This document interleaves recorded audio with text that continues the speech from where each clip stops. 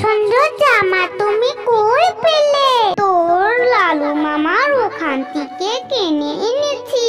জামাটা তোর পছন্দ হয়েছে মামুনি? মা, আমার খুব পছন্দ হয়েছে। কি মজা, কি মজা।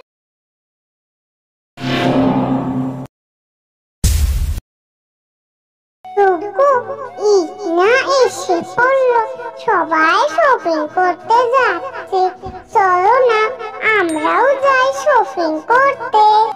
কাকুলি, তুমি ঠিক কথাই বলেছ। এখন ঈদের শপিং না করলে পরে ভিড় হবে, কেনা যাবে না। তাই এক কাজ করি, চলো আজকেই যাই।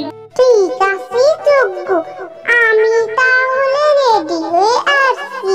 আসেন আসেন, এখানে অনেক ভালো জামা কাপড় আছে, খুব সস্তা দামে পেয়ে যাবেন। মিসকা ভাই, আমার কাকুলির জন্য ভালো জামা বাই করেন তো। এখানে যোগ্য, তার ভাইয়ের পছন্দ হয়নি কি? মিসকা ভাই, দাম কত পড়বে? দাম আর কতই পড়বে, ধর ২৫০০। বলেন কি মিসকা ভাই, জামার এত দাম? কাকুলি, মিসকা ভাইয়ের দোকানে থেকে কিনবো না, চলো লালুর দোকানে যাই। যোগ্য, তুমি ঠিকই বলেছো, এখানে জামার অনেক দাম। চলো আমরা লালুর দোকানে যাব। অফার অফার, ঈদের অফার, মাত্র ৫০০ টাকায় পেয়ে যাচ্ছেন নতুন জামা। দেখছো কাকুলি, এরকম জামা মিসকার ওখানে দাম করলাম ২৫০০, আর সেই জামা লালুর এখানে পেয়ে যাচ্ছি ৫০০ টাকা। হ্যাঁ যোগ্য, এখান থেকেই নিয়ে চলো। যাক, ঈদ এসে আমার ব্যবসাটা খুব ভালো হলো। এবার ঈদে বউকে নিয়ে ঘুরতে যাব। একটা কাস্টমারও নাই, কি করি?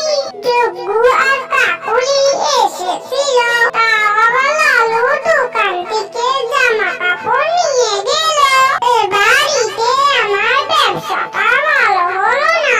ভাবছিলাম ব্যবসা ভালো হলে বউকে নিয়ে ঘুরতে যাব, সেটা আর হলো না।